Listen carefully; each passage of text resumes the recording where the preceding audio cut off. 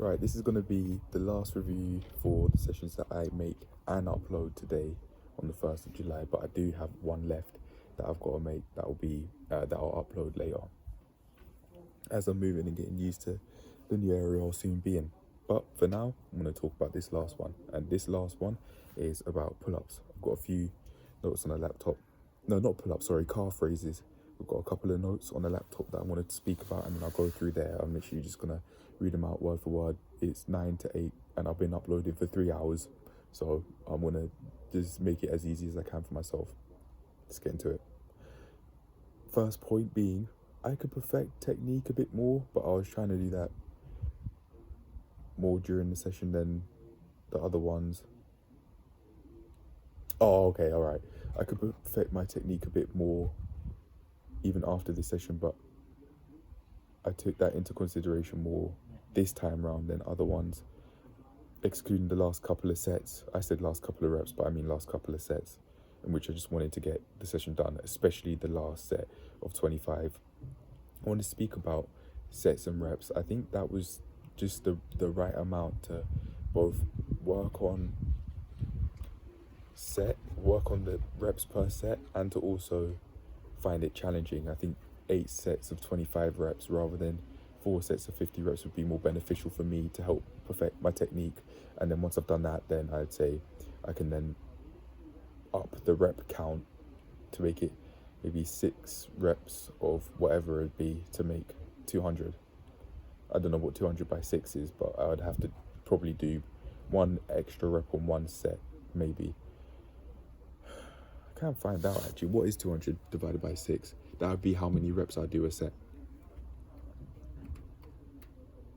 33.3 recurring, so I'd have to, on 1 set, do 34 reps. Not a problem. But yeah, I can build it up from there.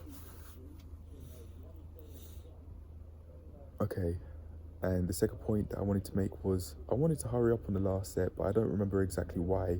It could have been because I wanted to beat the 10-minute mark, which I think I did with 9 seconds to spare, because I saw the potential of me being able to do that. But I might have actually explained what was going on in the video. I'm not sure though. But as for just reviewing the calf session outside of the notes, how did it go? There are a couple other things that I want to talk about, and there'd be hand placement. I found it way easier if I just put my hands on a surface, just like how I do with like putting my hands on the table.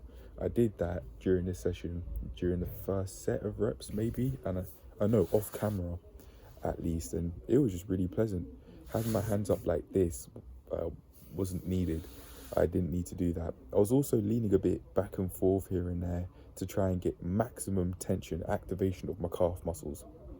Another thing actually that I would make a note of is feeling it in my quads rather than just my calves. I don't think that's something I can avoid, because after doing it, as I said in the session, I was flexing my quads as I was lifting my calves up. I think that's just a part of human anatomy, so I'm just going to say that that's fine from now on the premise I don't feel my knees aching.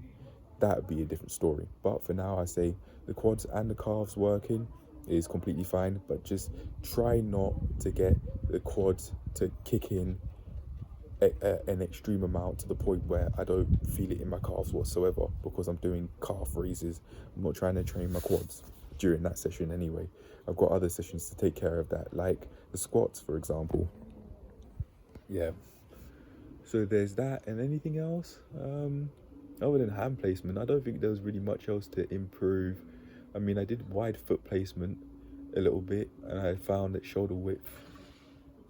I did shoulder width calf raises in my burpees which I'll talk about in a video that will come out a lot later. But for now, I did hip width, and more narrow and more closer than hip width slightly, and that was fine. And I leant forward a lot, found it worked my calves, but as I went throughout the session, I leaned back a bit so my back was more straight, so I could flex my calves then.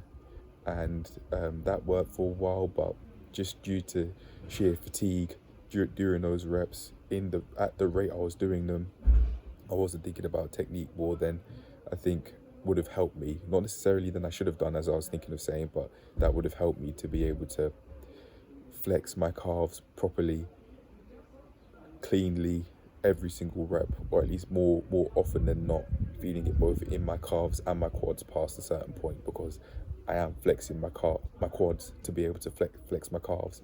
That's just how human anatomy works. Unless I'm sat down like how I am now and trying to flex them, that's a different story.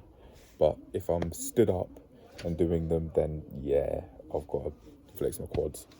I can literally try it out now. I've sat down and done it.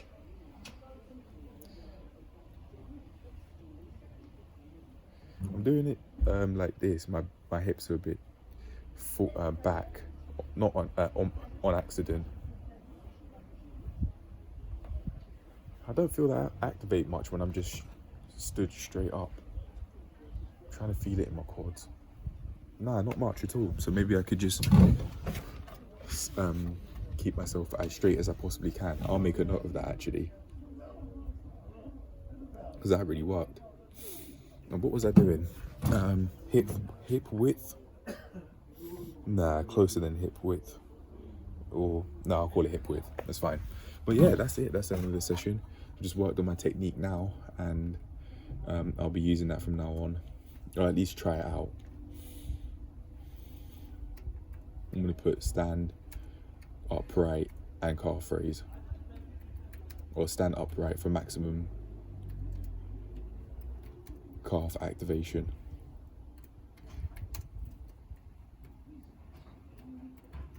All right, that's it. I feel happy with how the session's gone. I could have worked on technique a bit. That was my left knee, but yeah, the session was fine. Cheers to have more sessions like them.